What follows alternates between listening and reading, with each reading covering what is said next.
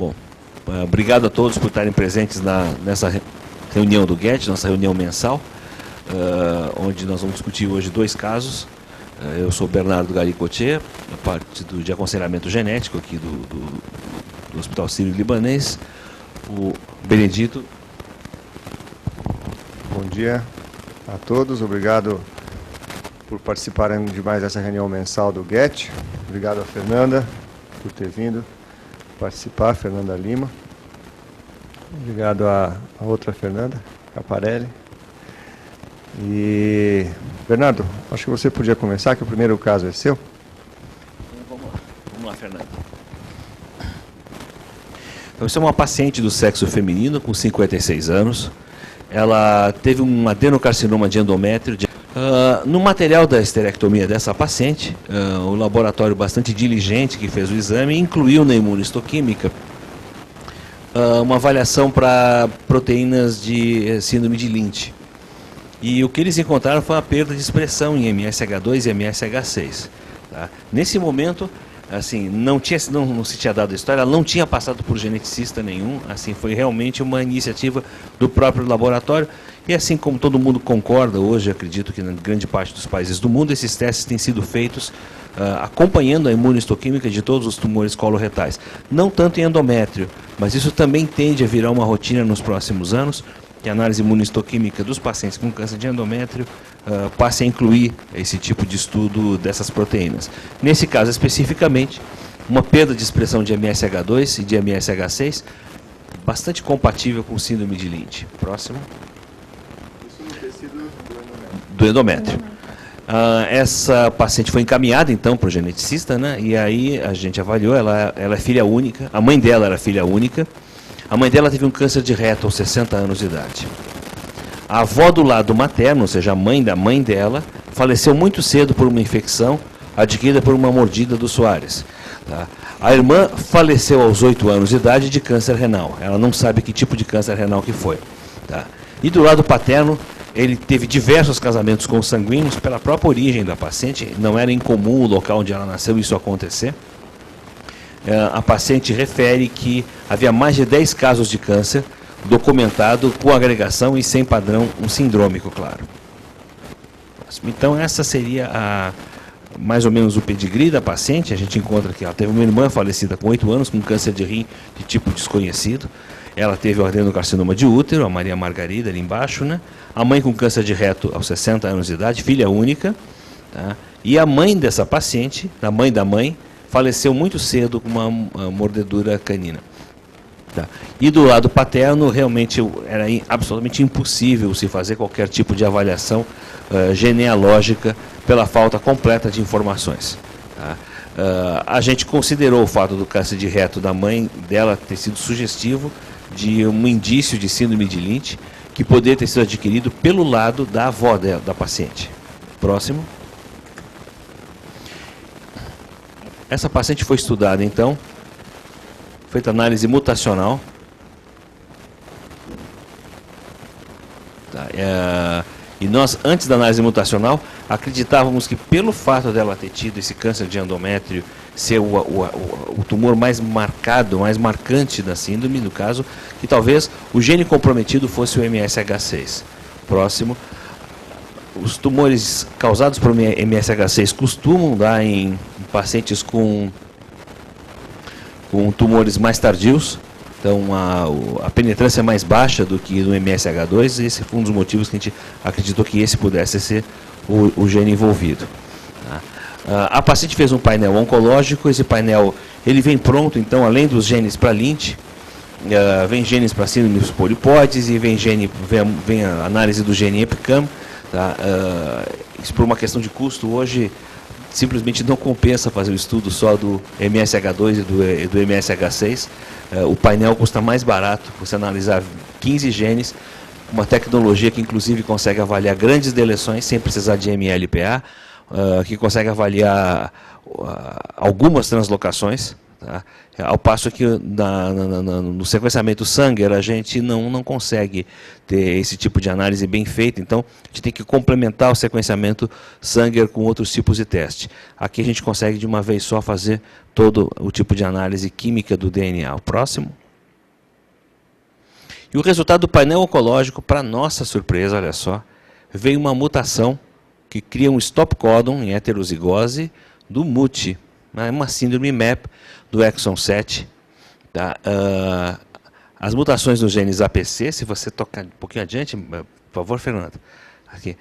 MSH2, MSH6, são variantes genômicas silenciosas, tá?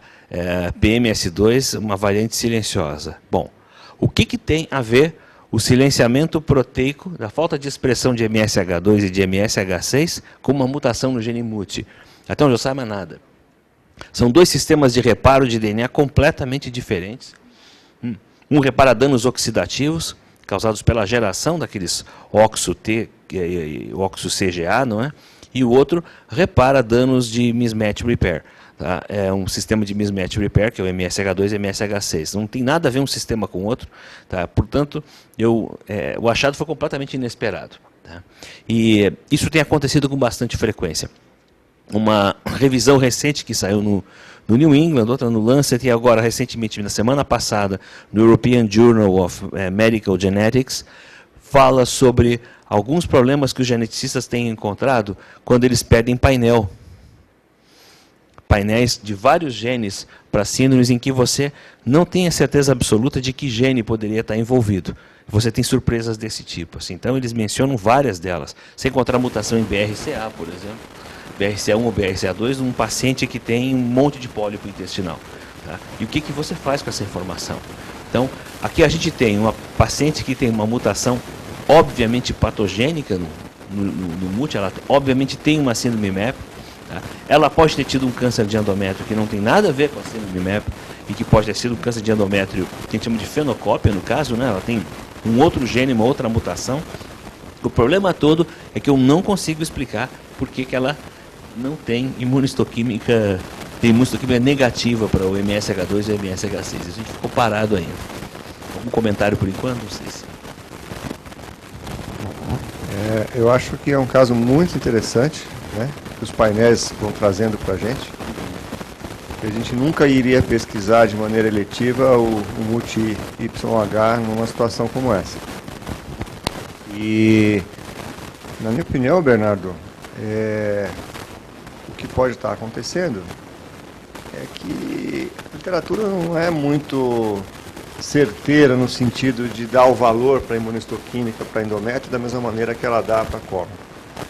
Então, eu não sei se essa imunistoquímica negativa, a não expressão proteica no endométrio, tem o mesmo valor em termos de acurácia que tem no cólon. Eu acho que a gente teria que ir por esse caminho, porque, como você falou muito bem, não tem relação uma coisa com a outra, não é? Eu acho que ela pode ter tido um tumor de endométrio não relacionado ao multi-YH e, de repente, perda de expressão. Eu não vejo outra explicação para isso, pelo menos assim, do conhecimento, sem fazer um levantamento mais aprofundado da literatura. Eu não sei se a Fernanda quer falar alguma coisa, Fernanda? Realmente não tem nada a acrescentar, acho que é isso mesmo, não tem muito... Essa possibilidade foi aventada quando eu conversei com a Edith sobre isso, né, porque o que pode ter acontecido é que o gene MSH6, e isso também existe correntes na literatura que vão e voltam, né, isso é que nem camarão na onda. Tá? Então a gente tem momentos que ter câncer de endométrio parece que é patognomônico de você ter mutação em MSH6. Em outros momentos, assim, isso reflui e a gente parece que tem a mesma incidência de câncer de endométrio em mutação de MSH2 como de MSH6. Tá? Nesse momento eu não sei como está bem a maré, ela está bem dividida, né? Tá? Mas não seria absurdo imaginar que essa paciente desenvolveu um processo de inativação de MSH6. Isso levou evidentemente, inativação por metilação, isso levou evidentemente à perda de expressão de MSH2 também no tumor. tá? E que eu não encontrei mutação germinativa. Então isso seria uma coisa do próprio tumor mesmo, talvez um mecanismo de inativação que faz parte da própria oncogênese do tumor de endométrio dela. A gente não tem muito estudo desse tipo de alteração em tumor de endométrio, que eu lembre, que eu tenha lido recentemente, mas essa poderia ser uma explicação boa. Próximo. Ela tem a mutação monolélica, então. Monolélica. E a colonoscopia dela é normal. Normal. É interessante, porque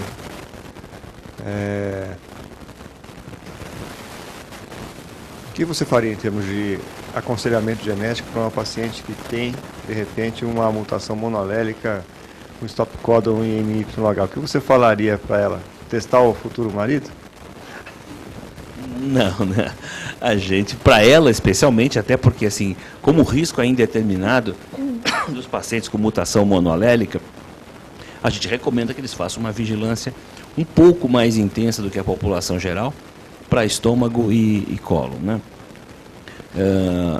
Em alguns casos em que existe relato de presença de pólipos gástricos ou pólipos intestinais um pouco acima da média, eu costumo pedir que a endoscopia seja feita com duplo balão, para que a duodenoscopia seja feita, já que a frequência de pólipos intestino delgado nesses pacientes é maior do que a população geral, mesmo em heterozigose. Agora, ela é uma síndrome extremamente leve em heterozigose, que realmente não exige a gente ficar preocupando demais o paciente, né? Eu creio que a Patrícia Prola fez uma avaliação numa população pequena de Porto Alegre na época, de frequência populacional de mutações monoalélicas e multi, e ela encontrou um número muito baixo de pessoas. Então, assim, não é que nem na Irlanda ou na Inglaterra, que beira o 1% da população que tem mutações em heterozigose. No Brasil isso deve ser um número praticamente 100 vezes menor. Tá. Algum comentário? Ela já tem prole constituída ou não? Ela não tem filhos? Eu acho que não, né, Edith? Acho que não. Tinha uma pergunta que a gente costuma fazer sistematicamente, eu acho que ela não é casada. Quer dizer, não quer dizer nada, ela não tem filhos.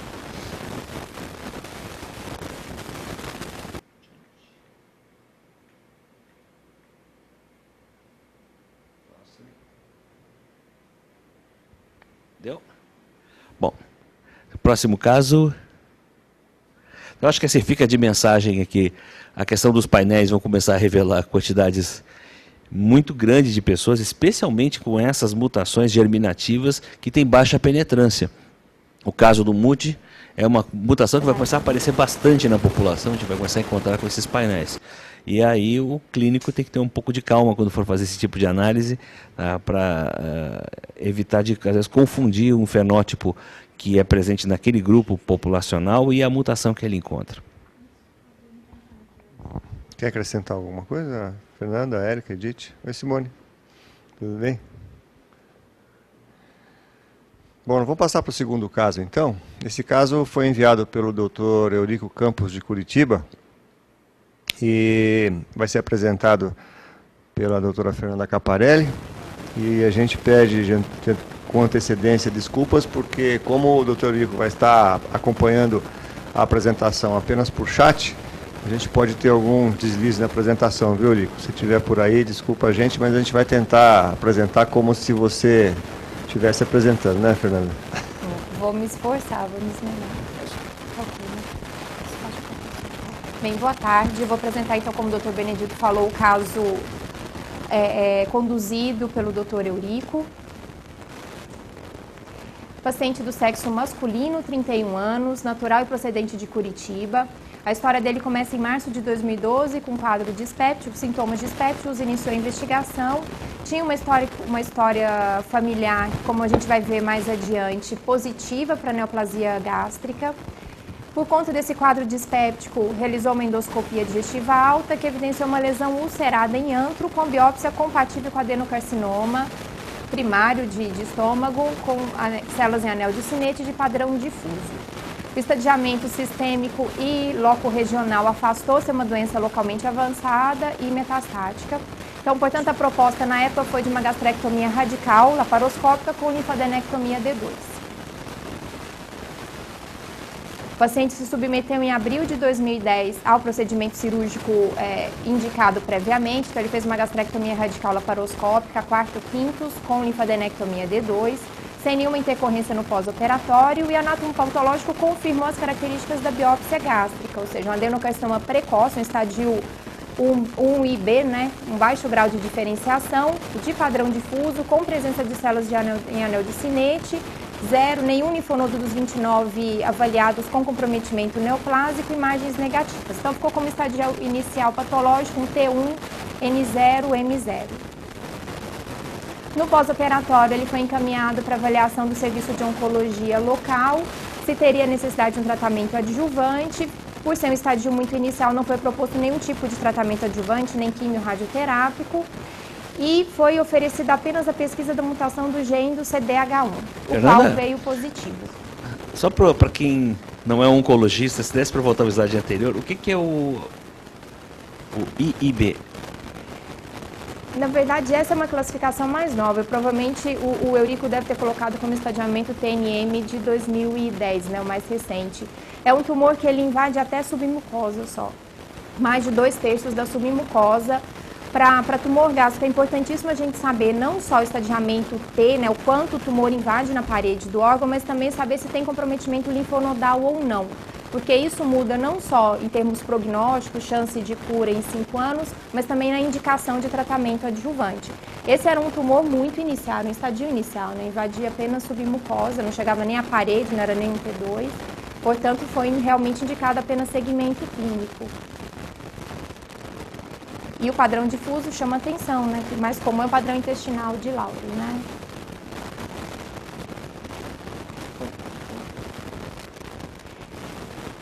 Em relação ao histórico familiar, que eu tinha comentado anteriormente no começo, que ele tinha um histórico familiar importante, ele tinha um parente de primeiro grau com diagnóstico de câncer gástrico abaixo dos 50 anos e um parente também de segundo grau com o mesmo diagnóstico, também numa idade mais precoce do que o habitual.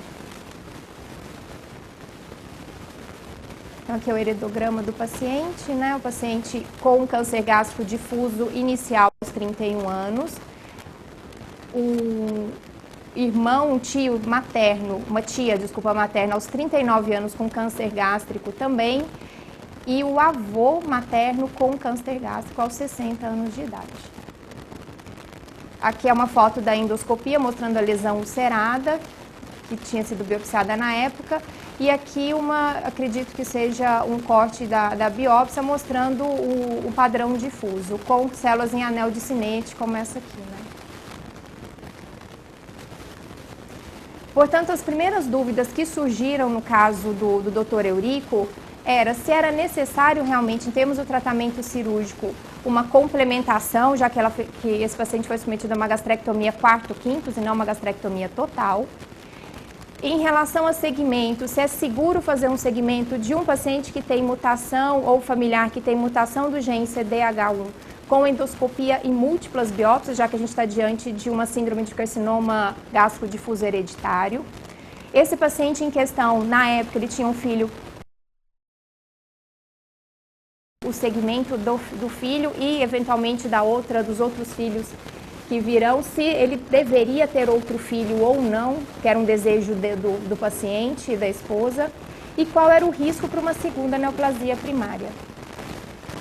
Então, vamos tentar distribuir as perguntas entre o grupo que está aqui, né? Já que a gente tem um cirurgião aqui do lado, a primeira pergunta eu acho que iria para o Benedito, a primeira e a segunda aqui. O que você sugere, Benedito? Obrigado, hein? Você é meu amigo. Você é o cirurgião do grupo aqui. São perguntas difíceis de responder, né? Muito difícil, porque ele fez uma gastrectomia 4/5, mas a gente sabe que o padrão de tratamento cirúrgico no caso desse é gastrectomia total, né? A pergunta é qual a diferença que faz esses 20% de estômago na história? Não existe Se essa for resposta, fazer, né? Não Se for existe. fazer uma diferença clínica muito grande para o paciente, do ponto de vista de qualidade de Então, vida, Bernardo, aí a gente entra no segundo item. Não, Se não, eu sugeriria fazer a cirurgia de eu uma acho vez e que completar, 4/5 foi feito por uma questão técnica. Para você fazer a reconstrução com o fundinho do estômago é mais fácil que fazer com o esôfago. Na verdade, o padrão, para quem tem CDH1, é a gastrectomia total. É a gastrectomia total. E o rapaz tem 31 anos. Então, essa pergunta é difícil de responder. Não existe essa resposta na literatura, mas, na minha opinião, eu acho que tem que se pensar seriamente em fazer, sim, uma complementação cirúrgica. Lógico, deve ser uma decisão compartilhada com o paciente, mas, já aproveitando a segunda pergunta, isso está muito bem estabelecido na literatura, que não adianta fazer biópsia com endoscopia. As biópsias são negativas, isso não significa... Oi, Maria Isabel, tudo bem? Isso não significa que essas biópsias negativas são verdadeiras negativas, não é? Até porque a presença de sala em anel de cinética é quase virtualmente 100%, né? Então, aproveitando a resposta da segunda pergunta, a gente passa a ter uma indicação de, sim, complementar a cirurgia do paciente. Só para registrar, hoje nós temos aqui a doutora Fernanda, do Hospital Albert Fernanda, essa é a Einstein, próxima vítima. a doutora Simone, do Hospital São José, a doutora Maria Isabel, da Oncogenética do Hospital Camargo. Queria agradecer a presença de vocês aqui hoje. E eu queria ouvir a opinião de vocês três a respeito desse caso. Eu acho que é um caso difícil, não existe padrão na resposta. Mas volta um pouquinho só o eletograma, por favor. Bom, na minha opinião, você já sabe, eu acho que esses 20% de estômago não compensa o risco do paciente ter. A gente sabe que os tumores que são, especialmente com deleções importantes, no caso é um frame shift, tá, que deve ter levado a um stop codon, provavelmente, né, causam tumores de rapidíssimo crescimento. Então, assim, essa criatura ia ter que ficar a cada 3 meses fazendo endoscopia, sabe, com biópsias, isso não tem... Passa rapidamente o caso para Maria Isabel. Maria Isabel é um paciente de 31 anos, com um adenocarcinoma gástrico, anel de Sinetti. Foi testado para ter de história familiar uma tia que teve um câncer gástrico em anel de Sinetti aos 39 anos e um avô com câncer gástrico aos 60 anos. Tá, então, foi testado para mutação em CDH1, foi encontrado depois da cirurgia, restou 20% do estômago, segundo o Benedito, provavelmente por uma questão técnica, por uma facilidade de como fazer a cirurgia. E esse paciente, o colega que acompanhou o paciente está perguntando agora, então, um paciente mutado como esse, e que ficou estômago residual, qual seria a melhor conduta? Eu estou concordando com o Benedito que seria completar a cirurgia e retirar todo o tecido gástrico. Não sei qual a sua opinião, a Luciana aqui também. Pode passar aqui, fala, Luciana. Acho que ela queria falar. Fernanda. Outra questão, então eu acho que... Tá, depois eu deixo outra pergunta para a Fernanda, tá? Eu concordo, porque o risco é muito grande para esse paciente, né? Então não tem por que incorrer esse risco com o que ficou remanescente da cirurgia. Eu concordo plenamente, acho que não tem dúvida aí nesse caso. Fernanda, quanto ao filho dele, tá? Que eu acho que essa é uma pergunta que, na verdade, é mais difícil até de responder do que do pai, né? Assim, que idade você testaria essa criança? Ele tem 3 anos de idade, tá? E qual seria a conduta para essa criança se caso o teste dela viesse positivo? Então, está tendo uma controvérsia muito grande sobre teste em crianças assintomáticas, em síndromes que a gente não tem uma comprovação grande de que o tumor vai começar na infância, como é o caso dessa síndrome. Quer dizer, na literatura se recomenda começar o segmento mais para frente, embora eu conheça casos de crianças que desenvolveram tumores gástricos muito precoces. Eu tenho um paciente que apresentou um tumor com 14 anos e não é uma idade onde se rastreia e se faz endoscopia de uma maneira fácil, né? Essas crianças têm que ser sedadas, é complicado, nem sempre você tem um endoscopista que se sinta à vontade para fazer. E a gente não tem normalmente as indicações são de começar um pouco mais tardiamente, não na primeira infância ou na adolescência o rastreamento. A Sociedade Europeia lançou um debate muito grande sobre a pesquisa de mutações em crianças assintomáticas, e isso tem que ser feito com cuidado dentro do contexto familiar. Então, eu não testaria nessa idade e tampouco começaria um rastreamento agora com 3, 4 anos, mas eu acho que é uma questão que tem que ser levantada, porque hoje já tem algumas sociedades aceitando se testar crianças, adolescentes assintomáticos, dependendo da síndrome e das características familiares e do adolescente. Você viu que o colega também está questionando a questão que o paciente levantou sobre ter outro filho, né? Então, isso é uma questão que, na verdade, envolve todas as síndromes mais dramáticas de câncer hereditário, que é a questão de você seleciona embrião, você não tem filho, você tem filho. O que você acha dessa situação? Eu sei que ninguém tem uma resposta definitiva para isso. Acho que essa é a primeira resposta que você vai dar para o colega, mas vamos lá. Não, assim, acho que não existe um consenso nem uma resposta definitiva. O meu posicionamento pessoal é que eu acho que o desejo de ter um filho tem que ser respeitado. E a gente está vendo uma evolução muito grande na medicina. Então, eu não sei, a criança nem nasceu, eu não sei daqui a 20 anos o que a gente vai ter, né? Eu tenho alguns casais que selecionaram o embrião, existem questões éticas, mas eu acho que essa é uma metodologia que existe e sempre que não há risco, principalmente para a mulher, né? Porque assim, se fazer uma seleção de embriões em alguém tem que ser submetido a uma fertilização in vitro, mas tem um risco ao usar hormônio, você traz mais complicação do que um benefício propriamente dito. Mas eu sempre procuro colocar para o casal que o desejo de ter um filho tem que ser pesado com o casal, e não é uma síndrome que, primeiro, a gente tem a certeza de que o indivíduo portador da alteração vai desenvolver um tumor. E que, sabendo dos riscos, ele pode, sim, decidir e acompanhar desde que se responsabilize. Isso é um pouco diferente quando você tem tumores que começam na infância, né? Porque daí o comprometimento da família tem que ser um pouco maior.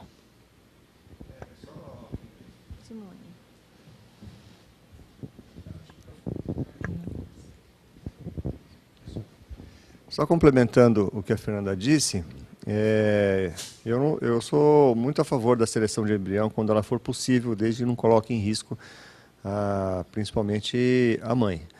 Agora, essa é uma síndrome em que o risco do indivíduo portador ser afetado é muito alta. Muito alta.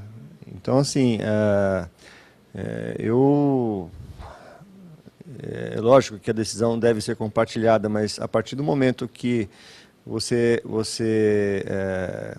tem uma síndrome com essa capacidade de transformar o genótipo em fenótipo, a gente fica receoso, né? Porque a endoscopia não vai adiantar. A gente sabe que não adianta fazer endoscopia, porque não faz o diagnóstico precoce. E os estudos mostram que 100% dos pacientes portadores do CDH1 mutado, se você tirar o estômago, vai ter tumor oculto lá, escondido em algum lugar, né? A pergunta é, será que isso vai se desenvolver depois ou não? Mas é um negócio de alto risco. Simone, o que você acha? Eu acho que nesse tipo de doença a melhor conduta que a gente tem é partir para a prevenção mesmo, né? Então, no caso, acho que optar pelo segmento precoce, pela gastrectomia, é o que a gente pode oferecer de melhor para esses pacientes, e levando isso em consideração, que em relação às crianças, o que fazer e tudo, a gente tem que lembrar isso, que daqui a 20 anos a gente vai estar com condutas muito diferentes, então tem que tomar muito cuidado com esse aconselhamento.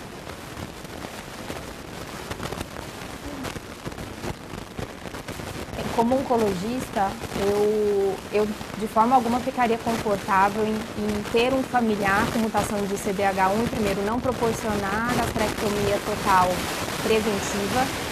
E aí eu acho que até onde eu lembro de ter estudado, o rastreio era indicado, ou seja, a pesquisa formal da mutação do CDH é indicada a partir dos 18 anos. Eu não sei se a Fernanda compactua com isso, se acha que dá para esperar um pouco mais, porque 18 anos, hoje em dia, principalmente, eu acho que eles estão muito imaturos para saber qual é o peso dessa decisão de ter uma mutação com uma dominância tão alta, uma penetrância de mais de 80%. Né? O que mais pesa para mim é tumor gástrico, é o tumor, talvez o segundo de maior letalidade do trato gastrointestinal. Esses tumores difusos são tumores que a gente já diagnostica geralmente com estadiamento mais avançado, com carcinomatose peritoneal ao diagnóstico. Então, acho que aqui realmente a prevenção tem que ser muito, muito bem estabelecida para os familiares. Atualmente eu tenho um caso com o Dr. Benedito que a gente vai pesquisar porque tem um histórico familiar altamente sugestivo. Uma senhora com 3 parentes de primeiro grau com câncer gástrico, não sei o tipo, mas são 3 parentes, e ela desenvolveu um tumor de cólon também. Então, acho que vem um pouco de encontro com a quinta dúvida do Dr. Eurico, que é qual é, e do paciente eu acredito que seja, né? Qual é o risco para a segunda neoplasia primária, né? Que nesses casos a gente sabe que está associado a maior risco de carcinoma lobular de mama e tem associação também com carcinoma coloretal, né?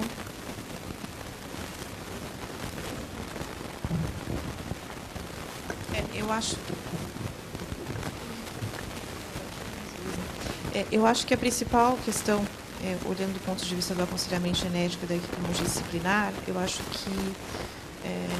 que a exposição dessas questões, que a alta letalidade do câncer de estômago, eu acho que essa é uma questão que tem que ser colocada para o paciente. O paciente tem um diagnóstico precoce, né?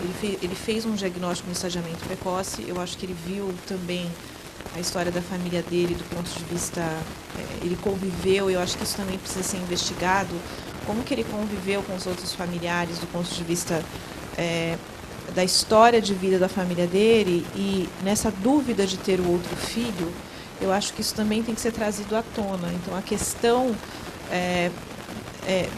na hora da decisão informada, quando a gente fala da decisão informada, eu acho que tem que ser isso também exposto para o paciente, né? Qual é a decisão, obviamente, das técnicas que estão disponíveis em relação à seleção de embrião, mas, assim, como vai ser a trajetória deste outro filho, né? O que vai ser essa trajetória? E aí ele vai tomar a decisão. É óbvio que eu acho que sempre a decisão é do paciente, a gente tem que sempre respeitar, mas eu acho que precisa ficar muito claro para o paciente a agressividade da doença e a disponibilidade dos recursos, que às vezes são muito limitados, né? Então, eu acho que isso também tem que ficar claro, porque às vezes fica muito difícil para a gente dialogar com o paciente. Então, eu acho que, às vezes, a gente tem... Acho que os profissionais, às vezes, têm um pouco de dificuldade nesse diálogo de o quão difícil é o câncer de estômago do ponto de vista da letalidade. E isso também tem que ser levado em conta em relação à decisão do paciente de ter outro filho ou não.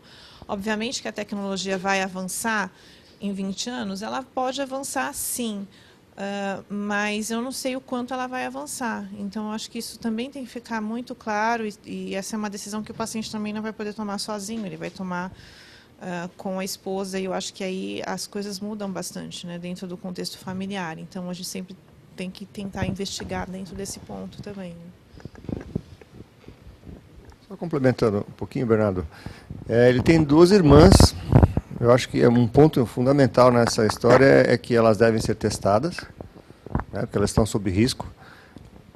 Porque se a gente pensar que ele tem um CDHU que vem lá do avô materno, toda essa linhagem aí dos descendentes da Irmandade da mãe e os descendentes da Irmandade dele próprio devem ser investigados porque estão todos sob risco.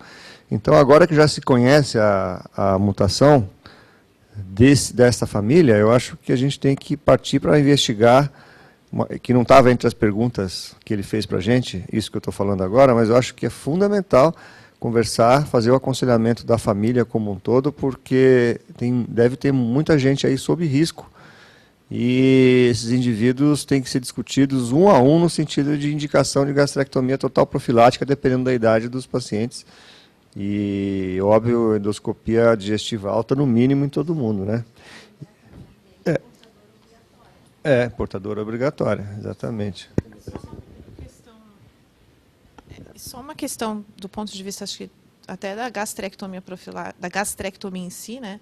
A gastrectomia, do ponto de vista de qualidade de vida, afeta, assim, a gente está falando gastrectomia, mas a gastrectomia é uma cirurgia que, do ponto de vista de impacto para o paciente, tem um impacto enorme para o paciente do ponto de vista fisiológico, funcional, de qualidade de vida para o paciente, né? Então, a gente está falando de uma cirurgia extremamente agressiva, né? Então, assim, não é...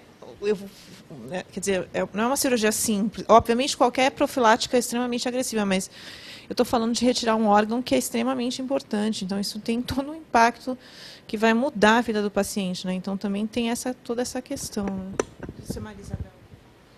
Eu tenho só uma colocação. É interessante notar que o avô teve aos 60 anos de idade. Né? Então, assim, a penetrância é bastante... Ela é variável do gene em termos da idade das pessoas acometidas. A mãe não teve, não tem um histórico de câncer até o momento, né? Então, é interessante notar que o comportamento dessa mutação não é aquela clássica que a gente vê em livros, que todo mundo antes dos 40 já está com câncer de estômago. É uma mutação que deve ter algum tipo de gene modulador, alguma coisa que está atuando e protegendo alguns indivíduos. Eu também queria estender a pergunta para a Maria Isabel, que já está prontinha ali para responder.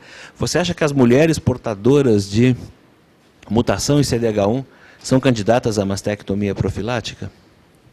Bom, é bastante complicado a gente fazer um tipo de indicação como essa frente a uma síndrome tão rara. Né? A gente desconhece muito da síndrome e, pelo menos, eu não saberia dizer hoje qual é a probabilidade realmente que a gente pode estimar para cada uma dessas mulheres portadoras. Eu não sei se vocês têm um número preciso. Acho que não existem grandes estudos que digam. Então, provavelmente, uma cirurgia como essa seria um super tratamento que a gente iria estar oferecendo para uma portadora. Agora, é bastante delicado também, né? Porque essa paciente, com certeza, vai precisar de um acompanhamento a longo prazo. E até eu queria levantar uma situação bastante interessante. Agora, na ASCO, eles tiveram um painel que falaram... da importância dos casos que a gente vai encontrar de portadoras de mutações, que a gente nunca esperaria que fossem portadoras de mutação, e quando a gente faz agora os grandes painéis, né, de Next Generation Sequencing.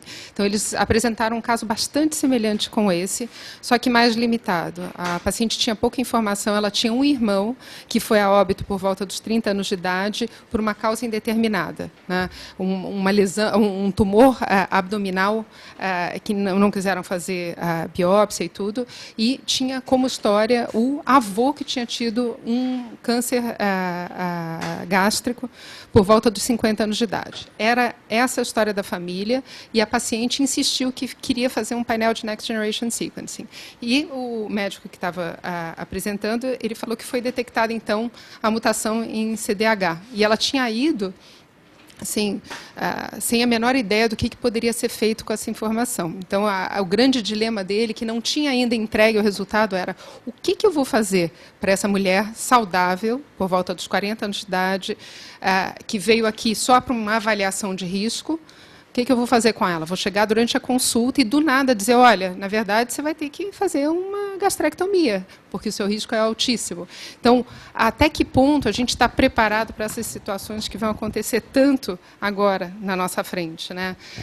E nesses grandes painéis também, até que ponto vale a gente testar aqueles grandes painéis que vão dar informações que a gente não tem noção do que fazer, que não tem estratégia nenhuma para oferecer para o paciente? Será que não valeria a pena a gente se ater àquelas mutações, aqueles genes que a gente já conhece, que a gente já tem estratégias? Os outros, até pode ser que a gente chegue a um resultado, mas, no momento, a gente vai ter muito pouco para oferecer para os nossos pacientes. Então, eu acho que isso é uma área que está me fascinando e que eu passei ontem um resultado de Next Generation Sequencing. Ai, mas, olha, não é fácil, viu? É bastante complicado você A explicar. gente discutiu, acho que na última reunião, um caso de um paciente que fez NGS, né? Que a suspeita era de um câncer de cólon, se não me engano, e apareceu uma mutação em BRCA1 naquela pessoa. Então, assim, o que você faz, né? A sensação que eu tenho clara é que agora, com a introdução desses painéis, a gente vai ter uma redefinição das síndromes. E aí que eu acho que o Brasil pode entrar na frente de todo mundo, porque o número de pacientes que a gente tem aqui e o fluxo de pacientes que a gente atende nos nossos ambulatórios, se a gente for somar nós 4 aqui, provavelmente deve ser igual ao que eles atendem nos Estados Unidos inteiro. É um número muito grande, a gente não se dá conta, né? Mas quando a gente fala lá fora do que a gente vê de paciente, aqui todo mundo fica impressionado. Então, se realmente a gente conseguir começar a fazer esses painéis com mais frequência, a gente vai poder, justamente, né, num grupo como o JET, ter um grupo de informações que vai ajudar, por exemplo, a definir qual é o perfil de câncer gástrico familiar no Brasil, né, frente às mutações. De repente, a gente vai botar o câncer coloretal como um câncer mais frequente ou menos frequente, né? Eu acho que a gente vai ter muitos achados inesperados, muitos achados inesperados nesses testes de Next Generation Sequencing. Já falei muito, mas só mais até foi uma questão semana passada que aconteceu de um médico que não é lá do AC Camargo, que me encaminhou um paciente, e o oncologista também não era lá do AC Camargo, e a paciente era uma paciente assintomática, e ela tinha... Só perguntar, Benedito, como eu não vi muito nessa reunião, eu não sei se tem alguém esperando essas respostas do outro lado, ou vocês só estão gravando? Não, tem ao vivo. Tem alguém? Então, eu posso deixar isso para o final, acho que é melhor, né? Pode falar. Não, e a dúvida era só, a paciente assintomática, e na família... O pai tinha tido um sarcoma, o tio tinha tido um leiomiosarcoma também, ambos em idade jovem, abaixo dos 50 anos de idade, tinha um câncer de mama, ou seja, uma família bem típica Lifraumene. E o oncologista, durante a consulta, a paciente ligou para o oncologista e ele pediu para me passar o telefone e ele falou assim, eu sou formalmente contra a testagem do TP53, porque, na minha opinião, eu não tenho nada que possa realmente ser feita por essa paciente. Então, eu fiquei bastante desconfortável com essa situação e queria, né, perguntar para vocês o que vocês acham, como que vocês lidam com essa situação, né? A gente tem que, claro, que respeitar muito a visão do oncologista, porque ele é o médico que inicialmente vem tratando essa paciente, mas inegável que nessa família o teste tem que ser feito. A única questão é que todos que tiveram câncer na família já eram falecidos, mas a dúvida da paciente é importante, né? Será que eu tenho essa mutação? Será que eu um dia vou ter câncer? Então, não sei, é só uma coisa... A minha opinião para essa resposta, já que a gente está falando disso, é que, em primeiro lugar, o paciente tem que ser colocado, né? Na medida que você coloca em risco o paciente, todas as opiniões dos médicos que estão em volta passam a ser secundárias, na minha opinião. Eu acho que o paciente é o foco, não o médico. Na medida que você coloca o médico como a primeira coisa mais importante, está errado. O paciente é a coisa mais importante. Então, na medida que passa a ter um risco inerente de você fazer ou não fazer alguma coisa em prol do paciente, eu acho que tem que ser colocado a prioridade aí. Essa é a minha opinião. Depois os outros participantes podem dar também sua opinião. Só vou dar um recado que o Eurico passou para a gente ali por chat, é que essa família é uma família sem condições nenhuma socioeconômicas, tratadas em hospital público, e marcar uma endoscopia aí é uma missão difícil. Essa é outra coisa importante, né? Primeiro, follow-up, né? Como seguir esses pacientes se eles não têm a condição mínima de segmento. A cirurgia passa a ter, na minha opinião, um papel mais importante ainda, né? Do que o segmento, porque esses pacientes não vão ter aderência. Não por vontade, mas por circunstância, né? O que você acha, Bernardo? Não tenho a menor dúvida. Isso é aquele tipo de paciente que você faz a escolha, às vezes não do melhor tratamento, que seria em termos de resultado, mas aquele que vai trazer para aquele indivíduo o melhor resultado. Então, essa situação evidentemente que a gastrectomia é mandatória em todas as pessoas. Agora, eu acho que assim, se você pensar do ponto de vista de farmacoeconomia, mesmo para o Estado. Fazer uma testagem de uma mutação em CDH1 é muito mais barato do que uma gastrectomia. Tá? Então, assim, deveria se conseguir isso com a Secretaria Municipal ou com a Secretaria Estadual, uma verba especial para testar a mutação nessas pessoas, levando em conta a argumentação de que você vai poder poupar algumas dessas pessoas, não só do custo do tratamento, mas do sofrimento de uma gastrectomia que seria inútil, seria fútil nesse caso, né? Eu acho que é possível se conversar com alguém, sim, com assistente social que está acompanhando essa família, que é um caso muito especial, e se conseguir a testagem dessa mutação. Mas eu concordo plenamente.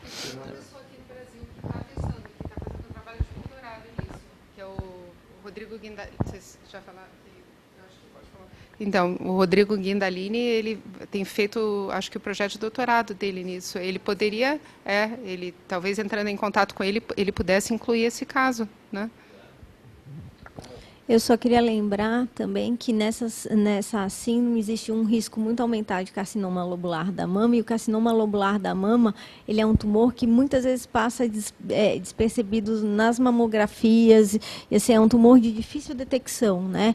Muitas vezes você precisa da ressonância, muitas vezes você não vê nada e a paciente faz o tumor na sua frente, então, ainda mais para uma família que não tem condições, isso também eu acho que é um ponto que tem que ser ressaltado. Porque, na realidade, ele tem a mãe, a tia e 2 irmãs que estão em risco de desenvolver esses tumores. Ponto, que era um ponto que eu ia comentar. Acho que o microfone está funcionando, né? Em relação ao carcinoma lobular de mama, por ser uma doença mais espraiada, de um padrão mais projetoide, realmente a mamografia é menos provável que a gente encontre massas ou BRADs 4, lesões muito altamente suspeitas. E não é infrequente a gente se deparar com tumores mais localmente avançados ao diagnóstico, com pacientes tendo feito mamografia de rotina, até sequencial. Para pacientes que têm a mutação do gene CDH1 é indicado mais o segmento até com ressonância mesmo, a partir dos 40, 45 anos, do que mamografia. E para câncer cólon-retal, esses pacientes também precisam fazer um segmento mais precoce, com colonoscopia, né? A partir dos 40 anos. E vem de encontro a dificuldades. Se a gente já não tem uma indicação, precisa de fazer segmento com endoscopia, já é difícil, mamografia e colonoscopia tão difícil. Ressonância impossível, mamografia e colonoscopia também não vai ser tão fácil. E aí entra o papel de você fazer, de repente, uma adenomasté profilática nesses casos, né? É uma questão que fica em aberto, porque se você não vai poder oferecer para o paciente mamografia, porque é um exame ruim, para você fazer diagnóstico precoce de carcinoma lobular, né? E você não vai poder oferecer ressonância, quem vai ficar só com o exame clínico? Sabe? Aí é uma questão muito complicada, né? Eu acho que a discussão de ser feita com o paciente. Eu queria só, nós temos alguns minutos, só complementar a pergunta da Maria Isabel. Eu acho, Maria Isabel, que a gente tem evidências, pelo menos do grupo canadense, de que se você fazer rastreamento, sabe, com um determinado grupo de exames, incluindo a ressonância rápida de corpo inteiro de pacientes com lifraumene, salvou vidas. Assim, os resultados, o estudo nem precisou ser interrompido assim. Rapidamente ele já produziu resultados positivos, porque como esses pacientes morrem muito cedo, você não precisa esperar muito tempo de observação para poder identificar uma diferença de sobrevida. Além disso, a gente consegue observar que esses pacientes eles têm diagnósticos de tumores menores, mais precoces, estadio mais inicial do que os pacientes que não fizeram o rastreamento, que foi o estudo canadense com 232 famílias. Então, nós temos já uma evidência, sabe, outros indivíduos em 46 famílias, eu acho que foi isso. Nós temos evidência, sim, de que o rastreamento para lifraumene, ele é beneficiário, ele é interessante, então eu acho que não é a gente nunca vai ter um estudo duplo cego controlado, isso vai ser impossível de ser feito. Mas existe alguma evidência, assim, de que é positivo. O estudo do Malkin, que você está falando, do David Malkin, eu acho que foi um pouquinho menos, né? Só foram 30 pessoas envolvidas, é um estudo até que foi complicado, ele conseguir publicar, ele rodou muito até conseguir essa publicação, justamente porque as pessoas não acreditavam. Mas isso virou até o protocolo de Toronto, é o protocolo de Toronto, agora todo mundo usa, a gente tem feito junto com eles, agora a gente está com um projeto colaborativo, né? Acompanhado, A gente tem 140 pacientes com mutação em TP53 em acompanhamento lá no AC Camargo, né? E o que a gente tem feito justamente é a ressonância de corpo inteiro para esses pacientes. Agora, é bastante complicado, né? Conseguir primeiro a própria ressonância, né? Que ela só é feita aqui no Sírio, pelo que eu saiba, e lá no AC Camargo, com o método rápido, né? Que é aquele que demora 40 minutos. E a detecção de lesões inespecíficas é bastante frequente. Então, é aí que entra o grande desafio, o que a gente vai fazer, né? A quantidade de biópsias necessárias que esses pacientes vão tomar. Mas eu não quero desviar, eu não sabia que tinha uma outra pessoa do outro lado. Eu peço desculpas até o nosso colega que está do outro lado por ter desviado um pouco a conversa. Benedito, mais alguma questão? Fernanda? Eu só vou ler aqui o agradecimento do Eurico. Ele agradece muito a participação, a brilhante discussão clínica e a oportunidade de participar. Nós que agradecemos, Eurico. Sempre que você tiver um caso que seja de interesse seu, do seu grupo aí de Curitiba, para participar da reunião do GET, a reunião é aberta. A gente vai ter muito prazer em receber os casos aqui com antecedência para a gente preparar e apresentar. Nosso tempo está esgotado, não deu tempo de apresentar a sequência como uma aula que você mostrou a seguir do caso, mas eu acho que as discussões foram ricas e a gente praticamente cobriu toda a parte teórica que você tinha preparado. Muito obrigado, viu, Eurico? Muito obrigado a todos pela participação e até a próxima reunião no final do mês de julho. Obrigado a presença de todos, Fernandas, todo mundo, o pessoal aqui do Sírio, todo mundo, Maria Isabel, tá? E nos encontramos no final de julho. Obrigado.